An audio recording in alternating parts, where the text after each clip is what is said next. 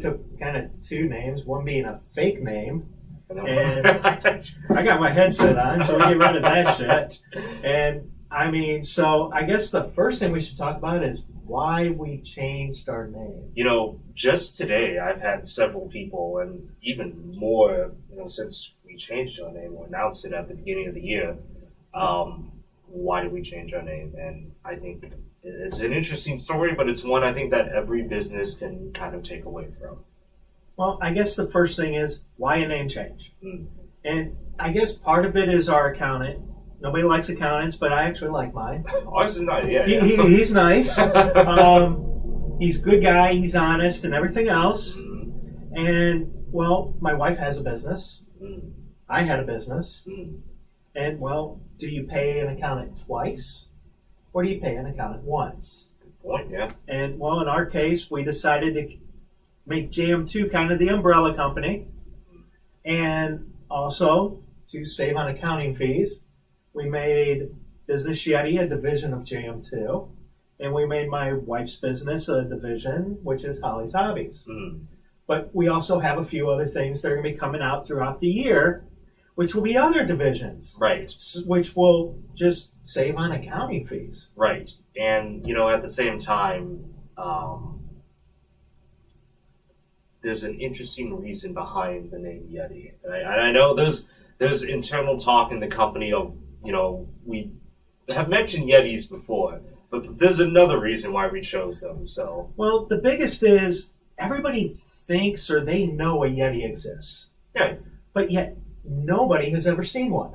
I mean, you get blurry pictures. You get blurry pictures. You get stories, and but there's never been any cold hard.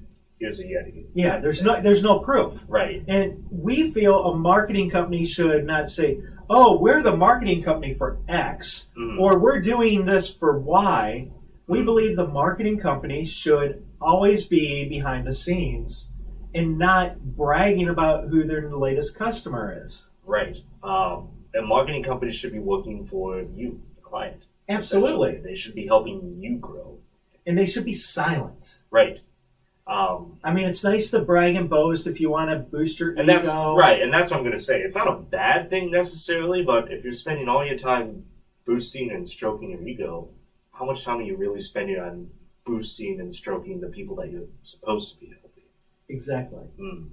So it's about more focusing, and actually, before we were quiet about who our customers are, now we're actually going to be even more quiet. Yes, we if we're doing our job correctly, you should know we exist. No, and I mean, we do roughly 70 or 80 social accounts, and nobody has a clue that we do it. I don't think anyone has even. We've had some people kind of guess, but it's sort of a point of pride that we've never had anybody successfully guess who our social accounts are. We've even come close to all of them. It's kind of hilarious because some we stay politically correct because that's their business. That's their business, yeah. And some have been in business for 50 years or more, and they're like, I don't want to be known as my dad's company or my grandfather's company. I want to try something different. I want something different. I want to stand out because that's what my personality is. So it's been interesting because we can't lose our old brand identity, but at the same time, we have to make it grow. We have to expand it and grow that, and it's a challenge. I think it's definitely a challenge, but it's a fun challenge. And as you get to work with these different businesses, and as you get to know the owners and their clients, and the people who really give this business life, that's when the marketing kind of takes on an identity of its own. Because we've said this before, and it's still true now. No marketing plan and no marketing strategy is the same for every company. There's snippets and similarities, but nothing is ever 100% cookie cutter. Do this, and you guarantee this. It's different for everyone. No, and we always create a marketing plan, and it's like, I almost want to feel, okay, here's your 20, 30, 40-page marketing plan, and it's like the first thing I want to do is throw it out. Right. And they're like, what do you mean you want to throw it out? Well, your marketing plan, this is based off of everything we've talked about, but it's about what we've talked about and what the owners have talked about, Right. but it's not what their customers might want. Right. And that changes on a weekly basis. What do we say all the time? We always say, "You are not your customer. You are not your client," and And that's they change on a daily basis. Mm-hmm.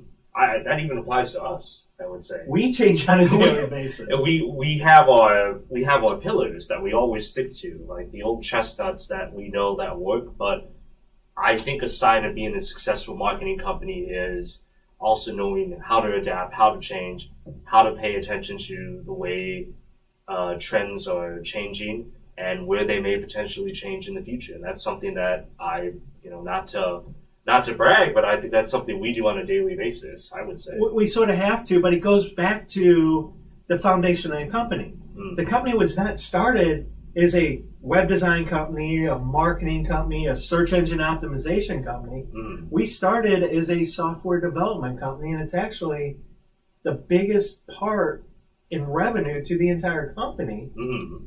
And we don't even really talk about it, but this year we actually are, because nobody can compete with our software development, that we're a web design company that has software developers on staff, that we actually understand mathematical algorithms like the Facebook algorithm, the Google algorithm, the Twitter algorithms, and even LinkedIn, because we're all over those systems. Right. And we're learning every day on how to best take advantage of them. I think this is a good time for the people who couldn't make the AM Valpo meeting this morning. In terms of software goals, we hit a pretty big milestone, I think. We did. We have our own customer relationship management system that's built on a combination of Salesforce.com and Microsoft Dynamics, the two real big beasts. But we built our own because, we're actually Salesforce developers and Dynamics developers. We wanted something built specifically for small business. And our goal was by the end of 2019 to hit 10,000 active daily users. Which is that's a lot. Right. But when did we hit that number, though? We actually hit it on March 31st. There you go. So technically it was between the 30th and 31st, but it was like, okay, the first 3 months of the year, we actually hit our year-end goal of where we wanted to be from a software development standpoint. So not even a quarter of the year we hit our goal. No, so now we're like, okay, we doubled it, so now the goal is 20,000, but more importantly, it's about adding more capabilities and features, and we're going to first target service-oriented businesses. Because they're the ones that will take advantage of a CRM system the most. Right. They're the ones who would truly benefit from it. And that's another interesting thing, too. It's like we originally developed this just to help us, to make our lives more efficient. It was 100% for us. And we knew that it was powerful. And everybody we talked to was just, amazed that we created something that could stand toe-to-toe with, the big names. But it makes me laugh because, they're like, oh, well, you selling it? Are you doing it? I'm like, no. Then why'd you make it? We're giving it away for free. We're giving it away for free. Yeah. They're like, are you guys insane? Why? I'm like, because it makes our lives easier. Well, most CRMs will go anywhere from $5 per user up to a couple $100 per user. We figure we put in a number of about $12 per user to use our system. But we actually put no limits to the number of users a company can have. We put no size limitations or anything else. That's true, yeah. We just say, give us your input of what you want to see, and we put it into the development queue for the developers to make more functionality. Right. And on that note, too, like John mentioned earlier, we're not just one thing that makes business Yeti. We're a multitude of things that are all constantly pushing and trying to not only change the status quo, but become better than themselves. And so I think one of the things... You mean like trying to get rid of your job? Yeah, so that's an interesting thing. And that's a difficult thing to explain. That was right before you went on a 2-week vacation. Right. Like, we're eliminating your position. Right. Sort of, right. So maybe we can explain that a little bit better, because we are, but we aren't at the same time. What we have found is we actually went to every one of our customers. Since November of last year, we got rid of 20% of our customer base. The majority were non-pays or people that didn't really want to grow their business. They were content where they were at. They were very content. They didn't want to see growth. Right. So we wanted to get rid of them, just Right. like they didn't, because we couldn't benefit them. And the big push for 2019 is value. Exactly. And we couldn't provide them value. If people aren't paying their bill, obviously they don't see a value in what we're offering. Mm-hmm. So we've been getting rid of them. Mm-hmm. But as we did that, we started to look at who do we manage their search engine optimization? Who do we manage their social media? And we created a couple search engine optimization plans rather than just one size fits all, which we'll probably get into. Depends on how we go. But the social side, about 40% of our clients, they don't need us. Yeah. They do a phenomenal job on social media themselves. I mean, it kind of goes back to what we said earlier, too, that they know their business better than we do. They know what their clients and customers like better than, honestly, we ever could. We get very close, and that's not to say that, we are lacking in that department. It's just that for those people who already have a grasp of it and are doing a good job, outside of a few technical things, what more could we do to help them? A lot of them, they actually have time that they can actually do it. Right. Because when it comes to social media, consistency is key.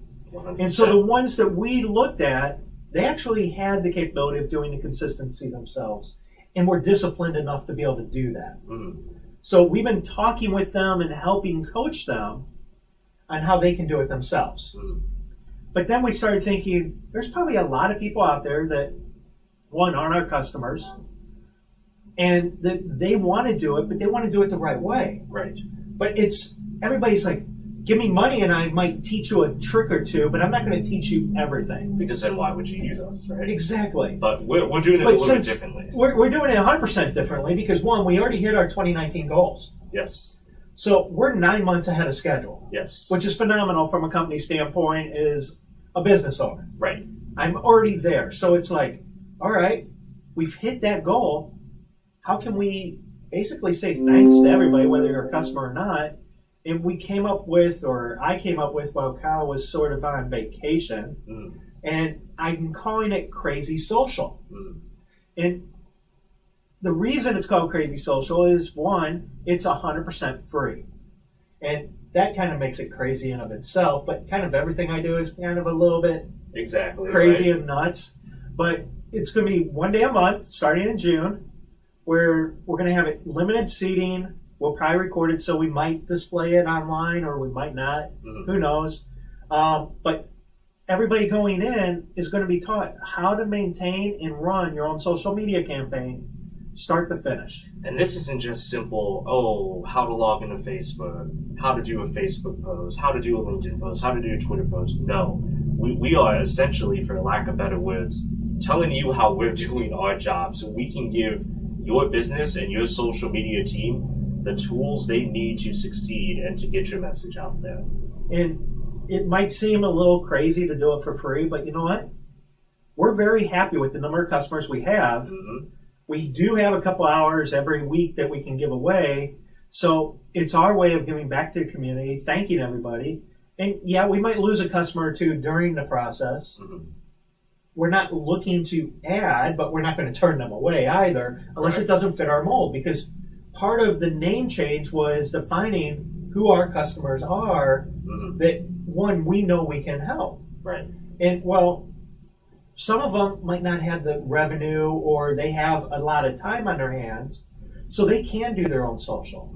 So why not teach these people to do it the right way? Right. And be consistent, engage their audience, and grow their business. Understand analytics, understand an optimal posting time. And those are just a few of the things that we plan on talking about. And what tools to use to actually schedule it, and not using just Facebook to schedule it, but using something else to schedule it. Exactly. So it's utilizing the right technology to help a business grow, and that's what we're achieving. Right. But it's not just social, though. There are other things that we're working on as well this year. There are, and one of them is as we look at social, we also look at your website. And it's like, what's the difference between a social and a website. Because everyone's like, oh, I got social, I don't need a website. Or I have a website. I have Facebook. I don't need a website. Yes, or the opposite we had happen last week, which was one of the customers. Oh, yeah. Where they're like, I hate Facebook. I don't want Facebook. And we're like, why? It's like, I never get business out of there. But your audience is on But there. your audience is there. Right. So it's figuring out who your audience is, and which told us they really didn't want to be on there because it takes time. Mm-hmm. Plus, they didn't want to pay. So they actually went to one of our SEO plans. Mm-hmm. But what is the difference between social and a website? Social is about building your brand. Mm-hmm. There's some marketing in it, obviously, but it's about getting your name out there and staying out there and engaging your audience. Correct. Whereas your website is really your sales tool. Yes. Because you should have a funnel to achieve. If it's a restaurant, you should be pushing your menus, your drinks, and what's special about you there. Maybe even your testimonials. But you have 100% control over your website. Mm-hmm. So many people think, oh, I got Facebook, it's free. You're right, it is free. Yeah. But it's also a pay to play. They're in a business to make money. Right. It might be free, but if they're making billions of dollars, it's obviously not free. Exactly. And that's where it gets a little bit complicated with social media. Organic is not completely dead. And there are ways, and that we have learned, that you can grow an audience through organic reach. You have to work a lot harder, but it is possible. But on that same note, in order to truly reach the maximum amount of people that you would want to benefit from your product or your service, you essentially have to start working in the ad space. You have to work with ads. You do. It is truly marketing your company, building your company brand is a pay to play. Yes. And you don't want to just advertise on Facebook. You want to be on Google. Yes. You want to be on Bing. You want to do it on LinkedIn. Right. And when I say Facebook, I also mean Facebook/Instagram. Because they're the same And thing. Yeah. reality is we have customers that spend $1 a day. Mm-hmm. And we have some that spend a couple $100 a day. We've had some that spend hours, We have right? one that spends about $10,000 a month. Right. But we have another one that spends $30 a month. Right. It's totally up to them. One, how much do they want to grow? Mm-hmm. But none of them, except for maybe $1 a day people, are really staying on one channel to market and grow their business. Right. They're on Facebook, Instagram. They're on Google. They're on Bing. And you're like, wait, why the heck do I want Bing? Mm-hmm. It owns 20% of the market. Which is a significant amount. Yeah. It's a significant. If you had 10 people walk in your store, are you going to tell a random two that I don't want your business? Hell no. No. And same thing, if you do business to business, you better be on LinkedIn. I mean, lately, the majority of our customers are LinkedIn customers. They will still be on Facebook to get their name out there, but they don't expect anything from Facebook, but they do from LinkedIn. And I feel that LinkedIn has been very slowly gaining steam in terms of just trying to connect to other businesses, trying to advertise on there as well. So this, it's kind of been a very opportune time to have these other businesses jump on board and embrace that. And then for them to actually see the tangible results that pay off, it's a sign that if you are a certain type of business and you're trying to reach another business, LinkedIn is a good platform for it. And it just goes to show you, that's kind of worth throwing out there as a footnote, each platform is different. Every platform is You cannot different. treat one strategy the same across all platforms. You have to figure out who your audience is Exactly. and then choose. I mean, Exactly. a couple of years ago, we had one company, one platform. One company, one platform. Mhm. Now it's one company and 3, maybe 4 platforms. Right. And each one has a completely different message because they're hitting a completely different audience because they're starting to grow. Right. Because it doesn't happen overnight. Right. And the thing is, if you're from my point of view, what I'm doing for these businesses on different platforms, I may be using 3 or 4 different platforms.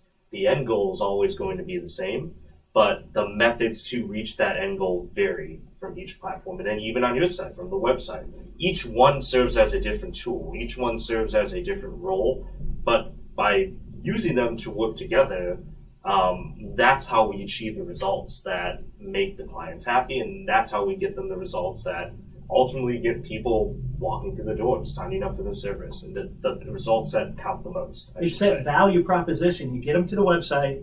Everything on social drives them to the website. You don't go from your website and drive them to social. Exactly. Because that's where the competition's at. Right. You want to control them in your own sales funnel. Right. And then once they're in your sales funnel, you want them to sign up for your newsletters that you're sending out hopefully monthly. Mm-hmm. That you're gathering their information. You have heat maps on your site to find out where they're clicking, where they're looking on your site. Mm-hmm. And you're working on the pages that are most important to your visitors, which a lot of times is not the same pages that you think as a business owner We've are. discovered that. That's why we use the heat mapping software and we give it to every customer. And that's why too, like going back with SEO, it's not something that we can just there's a misconception, I think, that once a website is built, once your social media is set up, once you have an idea of what you want to post and the correct times to post, you just kind of sit back and let everything run itself. And I guess in a very small way, there's a small amount of truth in that. But the reality is that it's a constant process. It's a constant job. Like SEO is checked, what did you say, once a week? Pretty much, not more sometimes. A lot of times you're going to be checking it more than once a week. It's not a build it and they will come. Mm-hmm. And it's also not I did SEO optimization and you're done for the next 6 months. It's a constant change. Whether you're writing blog articles or you're changing the text on a site or you're working on the metadata behind the scenes that a human doesn't see, mm-hmm. but the search engines do.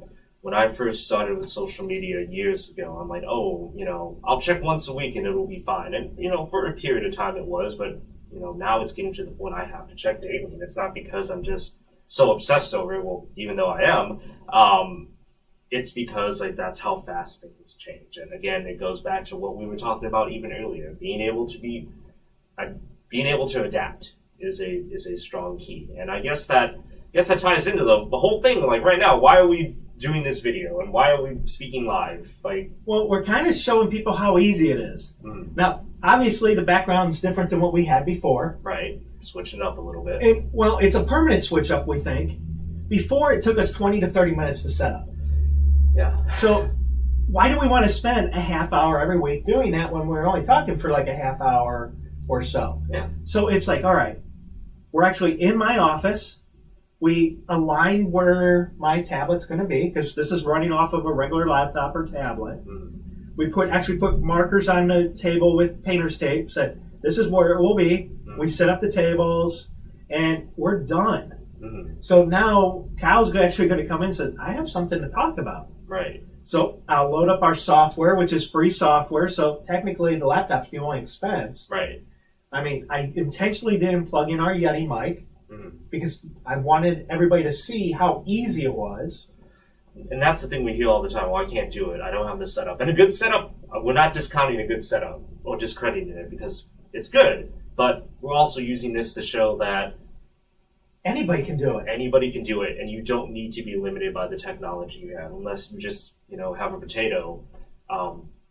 Your phone can do it. Your phone can do what we're doing. We're just not using a phone because some of our clients, they've done extremely well, just live streaming events from their phone. Or they'll record it, they send it to us, and we'll do some editing for them, mm-hmm. and then we upload it. Exactly. And I guess a good way to close this out, too, is to talk about why we're doing this, why there's a name change, why we have reached our goal so early this year. And it all comes down to just one key thing that we've always believed in, but this year is more prevalent than ever. It's pushing the limits. And what exactly are those limits? Because it's kind of a vague thing to just start out like that. There really is no limit. Mm. I mean, every day we try to outdo the previous day. Always. And so, I mean, part of marketing your business is standing out. Mm-hmm. And it's getting people to really see what you're capable of. Right. Your personality. Your company culture needs to be out there. Yeah. I mean, I always go to McDonald's. I don't eat a McDonald's. Sorry, you guys. But like in this town, there's 3 McDonald's. Yeah.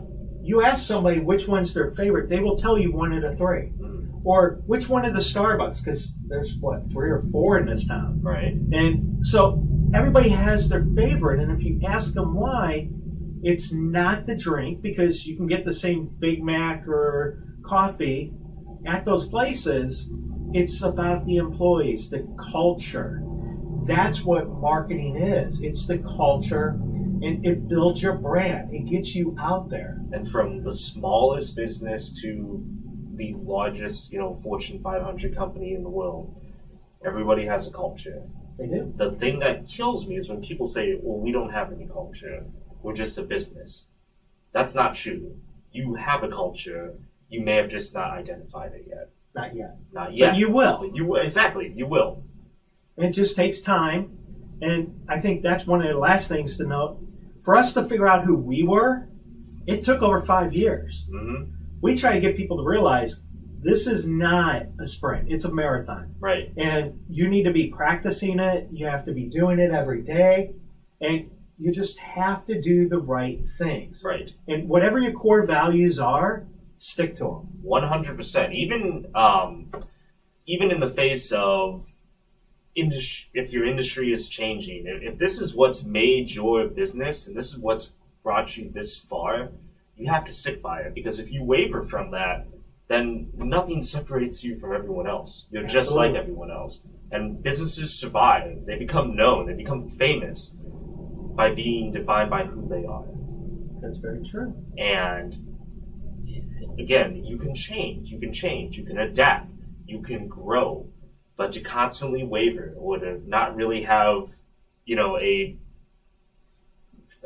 place marker on who you are, it does hurt you in the end. A lot of people think it doesn't, but a business lives and dies by its culture. It lives and dies by what it believes in, what the beliefs of the management, the employees, everything.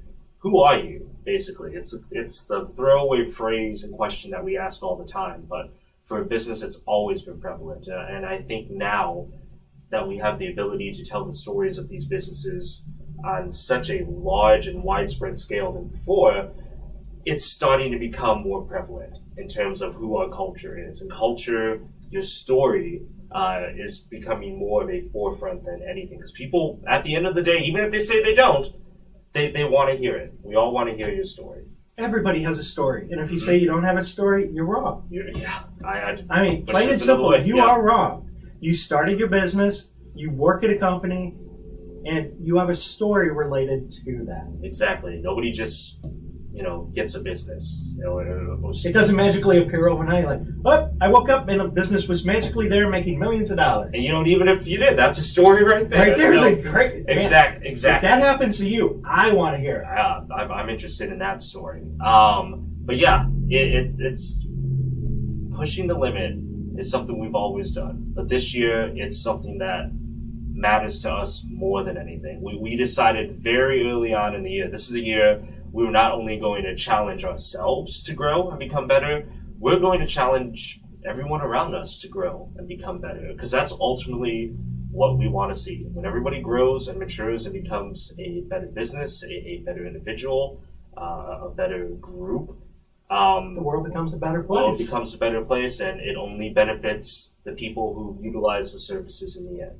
So absolutely. Is it going to be easy? No, but nothing we ever do is really easy. No. And what you think is hard, the next day you look back going, that wasn't so bad. Yeah. What's that phrase? The only easy day was yesterday? Pretty much. There you go. Yeah. And with that, I think we should end it.